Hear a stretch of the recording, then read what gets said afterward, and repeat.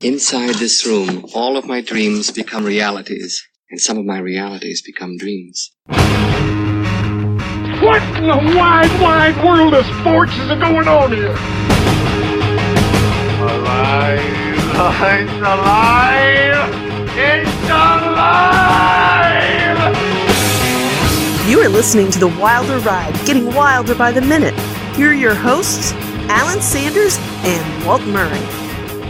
Welcome back, everyone, to The Wilder Ride, where we are getting wilder by the minute, a podcast where we are breaking down and celebrating the film Young Frankenstein, one unexpected financier, one minute at a time.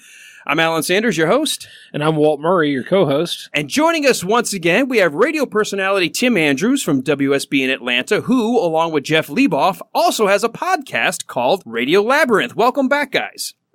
Hey. Good to have you joining us again. I always feel good about having guests that are okay coming back the next day when we split a scene like this, because it's like, oh, he was in mid-sentence. So let's remind everybody where we were when we kick off this discussion of minute 87. We last left with Dr. Frankenstein, or excuse now Frankenstein. I've schooled myself to say it the wrong way for this entire film, and now that he's embraced his name. But Dr. Frankenstein was starting to say, duh.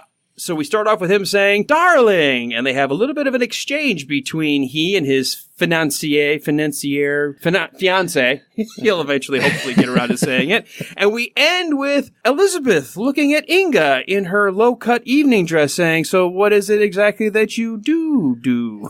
So let's kick this off here right off the bat. I know we try not to jump around too much, but I can't help it. Let's just talk about this in general. We have a mirrored scene within a space of about 20 seconds. The conversation, nearly identical between Elizabeth and the doctor, turns around and happens again between Igor and Elizabeth. Walt, I'll go to you first. What are your thoughts on that duality of seeing this mirrored scene play out?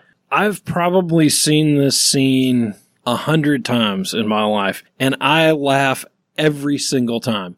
Marty Feldman just grabs this scene by the collar and makes it his. And Elizabeth's reactions to him are absolutely priceless. You could not be more uncomfortable than she is in this scene with him. Jeff, let me go to you now, because it's right on the heels. We've just heard these exact words play out, and it's almost like Igor now turns it around and puts it right on Elizabeth. Right. He sees his opening, because I guess he realizes that the doctor and Inga are together now. So he's like, hey, here's my shot. I'm going to go for it.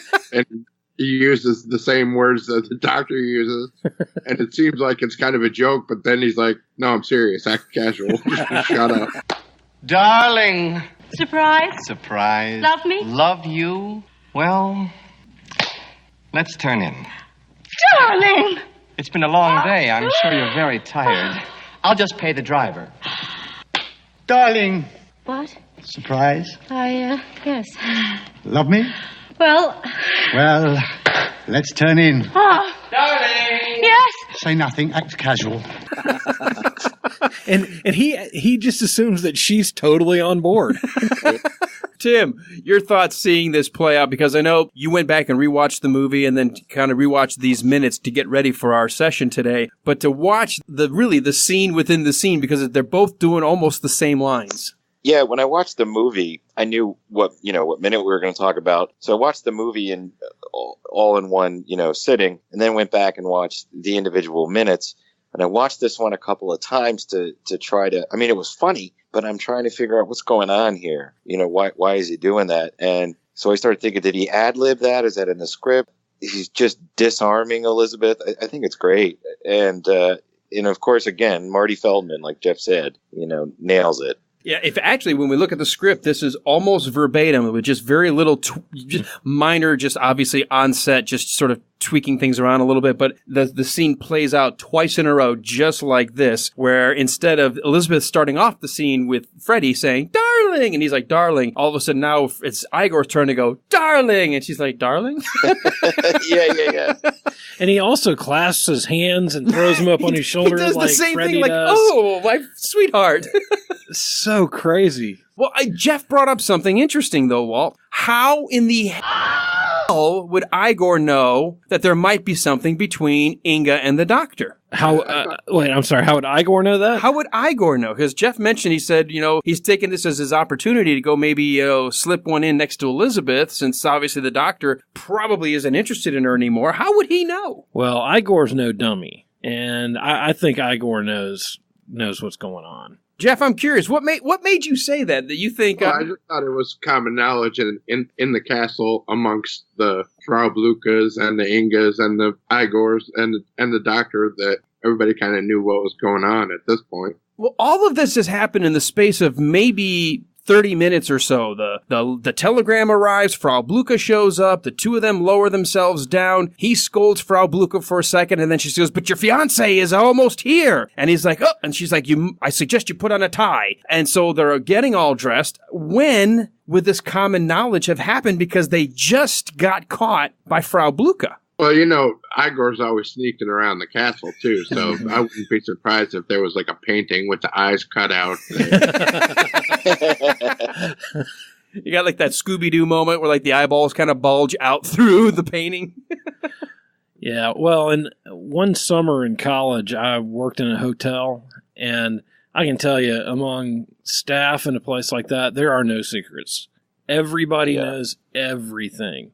And I have a feeling word would travel fast. I'm kind of with, but I don't know where they would have time to talk. I'm kind of on the idea that if he is aware, was he up there hidden? Because we already saw him that he knows how to pop up and down from the crow's nest back to the ground in an instant. So I wouldn't be surprised. Did he teleport himself up there and then back down? I mean, was he watching? He could have been, but also I don't even know that he cares. I think he just gives it a shot. Throws against the wall, sees if it sticks. And he assumes Elizabeth is just as into him as he is to her. It does play out funny no matter which way you look at it. Whether you think, okay, he now knows that this woman is coming and is probably going to be let down, and so he's using this opportunity.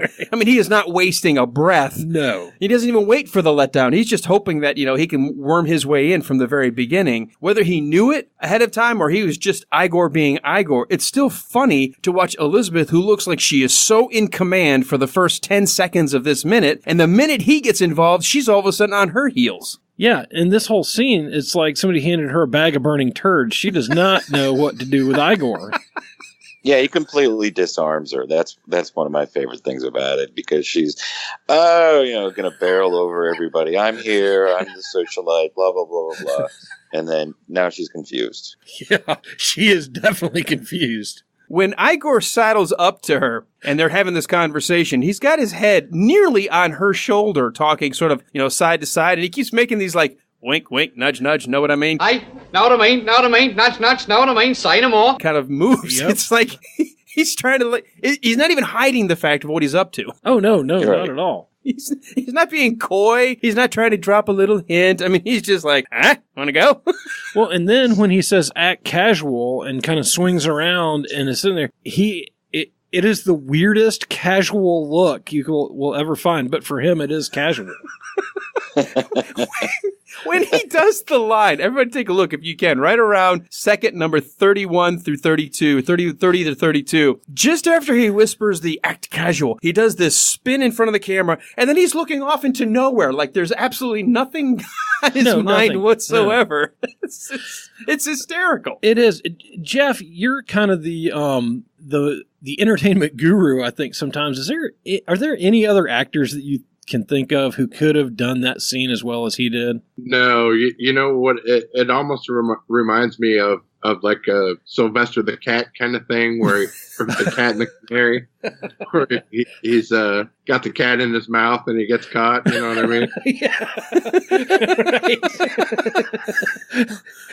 Yeah, Sylvester, what's in your mouth? He's just not saying anything. The only other actor, and Mel Brooks used him, but I don't think he would have been as good, would have been maybe Dom DeLuise. Oh, yeah. I still, even as much as I like Dom DeLuise and I could see him doing this scene, I don't think he could have done it as well as Marty Feldman.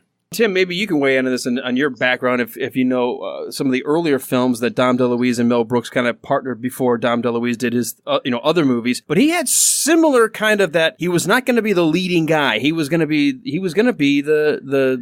laugh guy. He was going to be the one who's there to kind of catch and make the jokes happen. Yeah, it's hard to see anyone else in that role because it's so iconic. And you gotta have eyes too. Yeah, like maybe Jack Elam or somebody could have pulled that off, but Marty Feldman really kills it.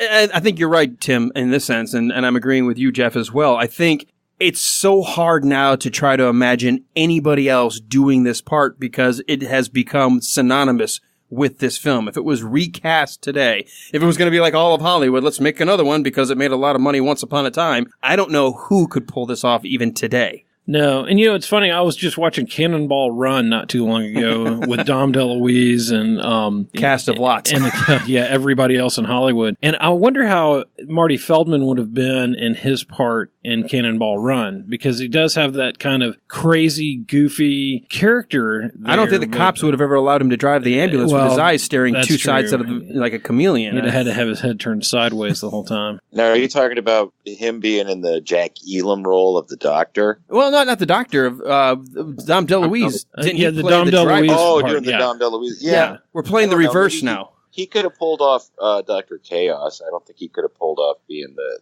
other guy. No, Captain Chaos. Yes, you're right about that. I gotta go back. I haven't seen Cannonball Run in a long time. It is a great movie. Yeah. Did you like 2? Because I didn't think it was a bad sequel. I just can't remember it as well as 1. It was okay. 1 was just so good, it's hard to compare. It's just... I like the girls are hotter that drive the Corvette or the Ferrari in the first one. Yeah. That is true. I like those zipper jumpsuits they're wearing. Mm-hmm. But I like both of them. I think they're both funny. Well, as Igor, getting back here to the scene quickly, we've got Igor trying to make his moves on Elizabeth, and Elizabeth now, who initially, and again, everything has been turned in the space of a few seconds on its head because Dr. Frankenstein initially says, well, let's go to bed. Like, you must be tired. And she's like, what are you talking about? I'm excited. I just got here. And as soon as this has happened, she's like, maybe you're right. Maybe I should go to bed. He's like, everything's come exactly opposite for her. Yeah. And she, Marty Feldman throws such a wrench in the gears here with her. She doesn't know what to do. Well, her character isn't used to being disarmed. She's used to controlling everything. So again, to take that away from her, she's like, maybe I should just go to bed. Maybe I should relax. I don't know what's going on here. This guy has totally diffused any kind of power that I might have had. And oddly, she kind of comes in as the most normal person in the scene at this point. Yeah, but there's a bit of an arrogance to her. You can feel it. Yeah, I feel it. No question. There is when the hat alone. What is that? Sort of like, I guess, that 30s style turban wrap. I guess so. That's crazy. It's a traveling hat. Yes. She got it at Joseph A. Bank. You'll love your turban. I guarantee it. I didn't realize they had a turban section. I'll have to stop in. Well, yes, we do, my friend. Come in anytime. I will show you. Oh, even for a head big as yours. Yeah, that's right. That's a big turban. Omar, we need more bed sheets. Yeah. In the South, we need to be careful wearing bed sheets around. Oh, yeah, I'm probably not going to say that. We need more silk. More silk. Can we get the "Have a nice day" sticker to put on the back? When they walk up, she's trying to regain her composure because now she's being introduced to Inga by the doctor. And she initially walks up and sort of like nods toward Inga, gives her a greeting, then turns over her shoulder, looks at Igor and like, I'm going to give you another greeting instead, Inga. So Inga gets greeted twice. Igor gets completely passed over. Yeah, he's now kind of the, I guess he is what everybody else knows him to be, and that is the creepiest weirdo in the scene. But yeah, she really does not know what to do with him. That's one of the things you can see in the outtakes too, where she tries to turn to him to give him the greeting, and he keeps hitting her with a different mug every time, and it's cracking her up. So maybe that's why she gives both greetings to Inga. Yeah, because every time she tried to look at Marty Feldman, he would just crack her up when she was trying to greet him. Yeah, it's almost like this particular take. She looks at him and goes, "You know what? I'm not letting you break me this time. I'm going to go right back to Inga and say, how do you do?" Well, and the outtakes for this scene are insane. The craziness of Marty Feldman, and I know that there's one in particular coming up in the next minute where he goes completely wild. I don't know that I could have gotten through this scene. I would have lost it. I don't know that I could work with him. He is just so outrageous. I would have spent the entire time cracking up. Well, the funny thing here about what's going on after the whole Miss Me Darling, then the replay of Miss Me Darling, and they're coming into this conversation, there is very little of this actually in the script. What gets passed over, though, that was in the script, and before we get to the Gene Wilder improvising my financier, my fiancee, he never even says fiance. He can't say fiance. What we have here in the script is right after the Freddy coming back saying, "Ready, darling?" and Elizabeth saying, "Yes, I am a bit tired after all." Then Freddy says to Igor, "Give me a hand with these, will you, Igor?" Then Igor in the script says, "It's pronounced Igor." And then Freddy goes, "But I thought..." Igor goes, "Tit for tat." Sorry, no offense, girls. At this point, Dr. Frankenstein has become Dr. Frankenstein, so it makes sense that Igor would go to Igor. Yeah. They dropped that out of the script, huh? It is funny that they dropped it out and they go straight for, well, and this is what's funny. They go straight to, well, how about giving me a hand with these bags? And Igor says, "All right, you take the blonde, I'll take the dark one," which doesn't happen yet. So all of this we're seeing now actually in the film was not in the script. The whole greeting, the what is it that you do, what is the financier, which I think it's actually funny. The very first time Gene Wilder makes the mistake, you almost go, "Oh, is she the one with the money?" Right, Because he just called her, "This is my financier." I was like, That's absolutely what I thought, that she's the one. She financed him going there to stay. She's paying for everything. So, you know, that's where I took away from it. Right. It's definitely a Freudian slip. Right. Yeah, definitely a Freudian slip. So calls her my financier, then goes my fiancé. Well, and the funny thing, he can't ever say fiance. Well, and there's a line between Elizabeth and Inga before he corrects himself. And then he doesn't even correct himself. He kind of miscorrects himself. This is my financier, Elizabeth. Oh, I'm so happy to meet you at last. Fiancé. Excuse me, darling. But there's a line between those two, between his introductions. Right. In fact, if you watch Gene Wilder, it's almost like he realizes I said that wrong. I probably should correct it, because he shakes his head, closes his eyes, and goes, "Financee." Fiancé. And he's doesn't even say it right when he tries to correct himself. So the improv, the fact that you've got actors that are so used to being able to play off of each other, they had outside of, obviously Madeline Kahn and Gene Wilder had played in Blazing Saddles earlier that year with a film that had come out, and they had been working on that together. But all of them having a theater background, all of them used to being able to sort of wing it on stage. And of course, by this point, Mel Brooks certainly encouraging it. It's great to see this kind of play out naturally. That was never in the script. No, and I think you have some of the strongest acting in the film here. I guess I've said that probably 3 or 4 times because there is such great acting. But having those 4 on the set all at once together is an amazing group of actors, all at the top of their game here. Jeff, I've mentioned this before on other episodes that the scene itself almost plays out like you're watching a stage play, because they don't have as many inserts or close-ups that you typically would have in a modern film. I want to ask you this, though. They plan to have more close-ups, but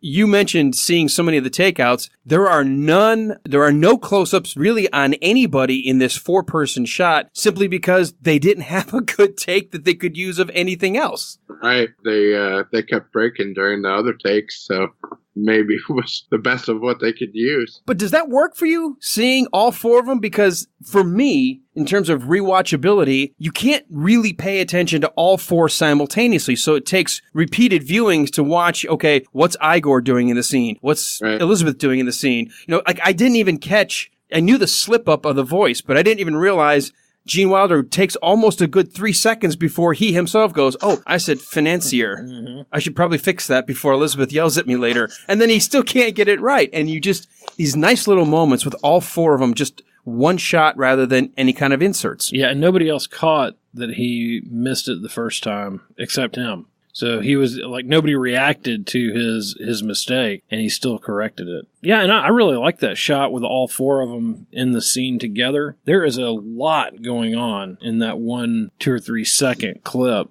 with the four of them there. I'm going to take a quick rabbit trail here if we can. This is obviously one of those moments where the audience knows more than the characters know. We know that Freddy and Freddy and Inga have slept together, and now here's Elizabeth. We know their relationship. We know how much Freddy is all into Elizabeth, so it's going to create sort of this weird, almost uncomfortable moment. Have either of you had a moment like this in your lives where you're like, you realize you're caught between two people and you realize, I know more than either of these two, but I don't need either of these two knowing something that I know? I can't think of anything off the top of my head. In what way? He knows that he technically has cheated on her. So I'm not saying it has to be that specifically, but where you kind of did something behind somebody else's back and then all of a sudden that person shows up. Oh, yeah, I have plenty of those in my life. I'd rather not talk about it. You just don't want to bring it up. This actually happened, and I'm going to disguise the names and the situations to save it, but this actually can happen a little bit more often in radio when you think you've got the room to yourself and you're talking to somebody, but maybe you've left the mic on. Oh, yeah.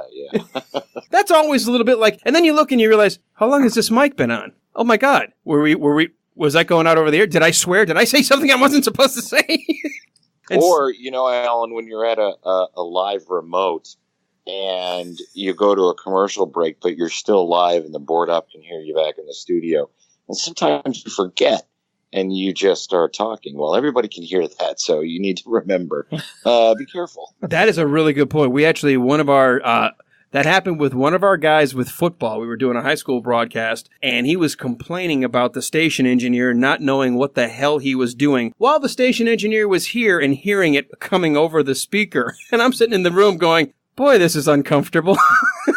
Because I can't exactly go on the live mic and say, hey, you might want to keep those comments to yourself because the person you're complaining about happens to be right here.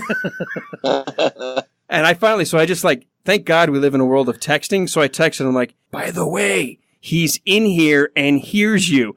And of course, typical jock kind of guy goes, I don't care. Oh, God.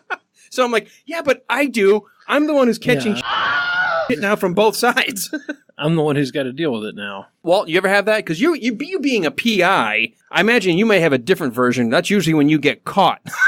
Like when you're supposed to be tailing somebody and they're not supposed to know you're there.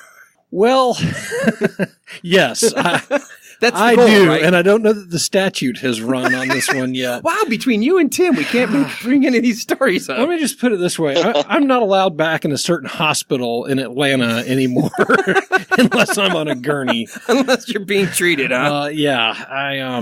But, I'll throw this one on my dad.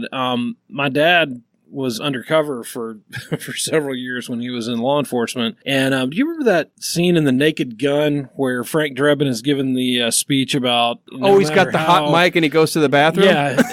My dad actually did that in the middle of a cocaine buy. And in trial, they actually had to play the entire thing, the entire tape to make sure it wasn't tampered with or anything. And they got a great, 2 or 3 minutes of my dad. And the defense attorney said, well, Agent Murray, can you explain what's going on here? And he said, on the court transcripts, you hear the sound of urination. It's either a waterfall or... How would they do that as a court transcriber, do they put like a little bracket and say insert or begin urination sound, and then you put a little time tracker that says at minute 114, and then by minute 120 end. Yeah, I know which case sound? that is. I guess I ought to go back and pull those documents and see how they transcribe that. It's a good thing he didn't like start singing to him or to himself. Or like, well, I'm not hey buddy, how you doing down there? Sorry it took so long. I wish you were bigger. Wish you were. Well, I do know that that example has been used many times for. Wish you were bigger. Be careful when you're around a microphone. Tie a little blue ribbon there. Hey, I see you won the first prize. Yeah, the little Scotsman. I love that song.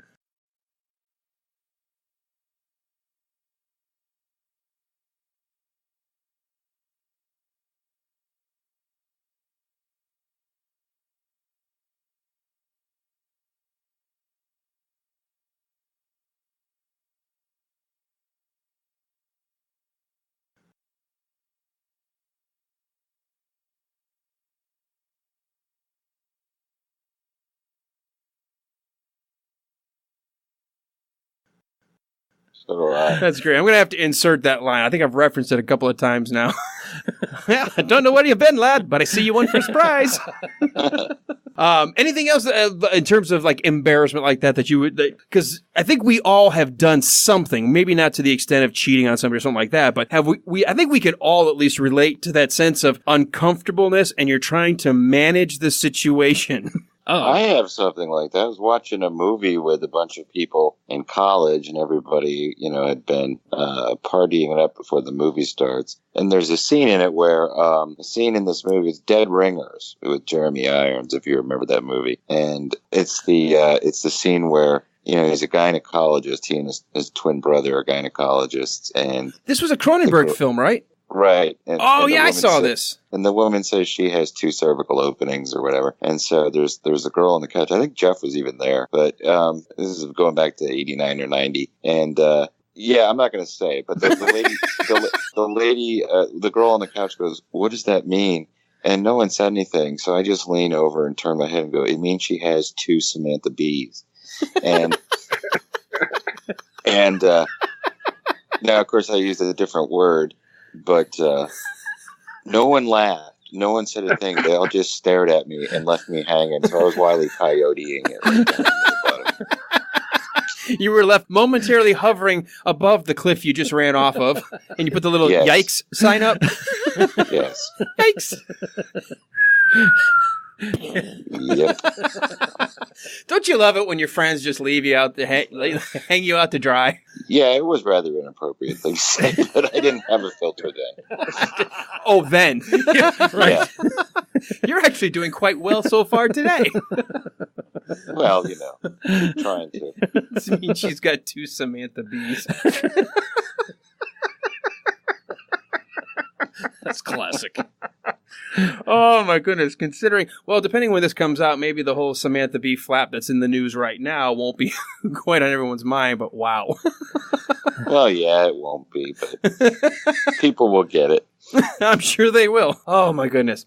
All right, well, as we begin to wind down in this scene, we've got, of course, the stare-off happening now between the ladies, and this is yet another one of those layers that adds some. For me, I feel uncomfortable for Freddy now because, again, as audience, we know what he just got done doing. But in his mind, and to her, they sort of justified it. It's quote, again, these lines were taken out, but we know from the script, he justified it as this was an intellectual kind of a operation. It wasn't a physical one, but he still knows what he did. And now he sees Elizabeth and Inga sort of staring off at each other, and it ends with, so what exactly is it that you do? What is it exactly that you do? Well, have you ever been where you actually say do like that, but not mean to? Oh, yeah, all the time. I'm the master of saying inappropriate things unintentionally. But in this case, she literally says do, and it works grammatically. What is it that you do? Well, I actually put it in an email last week, and I was reading it just before I sent it. I was like, yeah, I'm glad I caught that. You put doo-doo in an email? In an email to an attorney about a murder case. Thank God it didn't automatically replace with the poop emoji. Right. Yeah.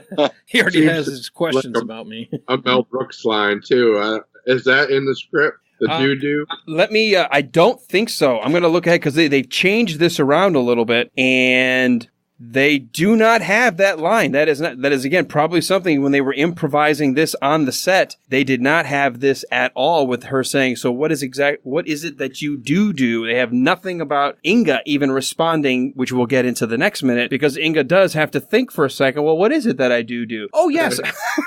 And that's where we will re-explain the joke that many may not get, because it works as it's left in the film, but there is a subtext to it when you know the scene that's been taken out. So as we begin to wind down this here minute number 87, Walt, I'll go reverse order. Walt, anything on your notes that we didn't touch on? No, I think we've covered the minute pretty well. Okay. Tim, what about you? The same. I think that there's so much going on in that. I think that we've covered it quite well. The improvised part, or the never mind. You have to cut this because I'm losing it in my head here. My favorite part of the scene is when Gene Wilder says finance instead of fiancee, and I think that there's more truth to that than not. I think, you brought up when we passed over it a few minutes back, you said, was that a Freudian slip? Or Jeff, I don't know which one of you said it. Like, is that a Freudian slip? And I didn't even think about that. I thought, he was trying to maybe play it off that, I don't want Inga to know how serious, but that doesn't make sense because in the telegram, Frau Blucher specifically says, your fiancé will be here any minute. So then I start, well, does he maybe mean? And I didn't think about it until just today. Does he really think she's the money bags? I mean, he's supposed to be the brilliant surgeon, but is it possible she's well off? I believe so. And that I think that Fox, whatever that stole or whatever that thing is supposed to indicate her wealth as well, and her gaudy jewelry and all that. And let's think about back then how expensive it would have been to travel from the United States to Transylvania. Oh, good point. And it's not like Freddy wired her money that she would have needed if she was the one that was sponging off of him. Yeah, this is a surprise visit. Yeah, she's just popping in for a little checky on the doctor. Or maybe she ran out of dates in New York. I don't know. Maybe. Probably. All right, well, as we begin to close this minute out then, I always like getting our guests to plug where other people can find them, especially if our listeners have stumbled across you guys and like what you guys are doing. Tim, why don't you tell us about your podcast? All right, you can hear me and Jeff on Radio Labyrinth. It comes out usually every Friday. It's a weekly show. Go to iTunes and type in Radio Labyrinth, or find us on Facebook and find out more about the show. You can also hear me Monday through Friday from 9 a.m. to 11 a.m. on the Von Hessler Doctrine radio show on AM 750, 95.5 FM WSB. Or, you can use the app and get us anywhere. Fantastic. And Jeff, let me ask you this, because I know you're on the podcast. Is there anything that you've got sort of on the side or anything you want to promote? No, not really. I have a day job I'm a graphic designer outside of the podcast, but it's nothing pluggable, really. May have to chat with you about seeing maybe coming up with some unique, maybe T-shirt designs. We're thinking about opening maybe one of those. What's the store everybody uses? The Public Tea or something like that, or some kind of a... We use a place called Tea Blaster for our T-shirts. They're a local Atlanta company, and you don't have to do a minimum order or anything. Oh, awesome. So, yeah, I think the other one I was thinking about was called T Public. I think other people use that. It's just sort of that online store where you may make a couple of bucks, but it's an on-demand thing. Somebody likes your show, and we can create, logos or pictures or images that won't get us sued by either 20th Century Fox or Mel Brooks Pictures or anybody associated with the Young Frankenstein franchise. We've been thinking about maybe there might be interest in some merchandise, and why not maybe design a couple of unique T-shirts that capture the look and feel, but keep us out of, lawsuit territory. Right. So we may have to chat. See what your rates are. Or maybe take a cut of the profits. I don't know what profits. It's a podcast. That $2. Hey, while I'm thinking about profits, we do have a way to help offset the cost of this show. If you guys are interested out there in the listenership, and it could be a one-time only, it could be a recurring, it can be as little as $1. We've got different tiers, but check it out and see if you'd be willing to maybe help us out. It's called patreon.com/The Wilder Ride. You can read all about the different sort of tiers, and at certain levels, you can earn certain things. In fact, we actually have one of our listeners, Tara Bain, who is the associate producer so far of The Wilder Ride. So a shout out to Tara Bain. Thank you so much for helping us out. And everybody else, if you want, you can hit us up there and maybe throw a little scratch our way if you've got it to spare. If not, we're still going to keep doing the podcast. We just, it gives you the chance to maybe get invested in the show. Walt, where else can people go to catch our show? Best place to find us is at facebook.com/The Wilder Ride, and you can join the listener group there. Also, if you are listening to us on iTunes or another podcast catcher, we'd appreciate it if you go out, give us a 5-star rating, and if you are enjoying what you're hearing, and make a quick comment. We know that there's this crazy algorithm that iTunes has that we need you to do not just the 5-star, but make a quick comment, even if it's just, these guys are awesome, or, I like the Braves. I wish Walt would shut up. I wish Alan would shut up. I wish they'd bring... There may be a lot of that. I wish they'd let the guests talk more. Yeah, you could find a lot of that. But make a comment. We don't care what it is, and it'll help people find us when they're looking for Gene Wilder or other related topics. Absolutely. And we want to invite everybody to come on back tomorrow and join us again for this continuation of the scene. We will dive into minute number 88, where Inga gets a chance to respond. She'll start off with, "Well, I assist Dr. Frankenstein in the laboratory," and it ends with a guard who says to the monster, "Nice and cozy." So it's a lot apparently happens tomorrow for Hump Day. We move from one scene to another, but you've got to come back to find that out right here on The Wilder Ride. It's going to be a long night. So, Walt, what is it that you do?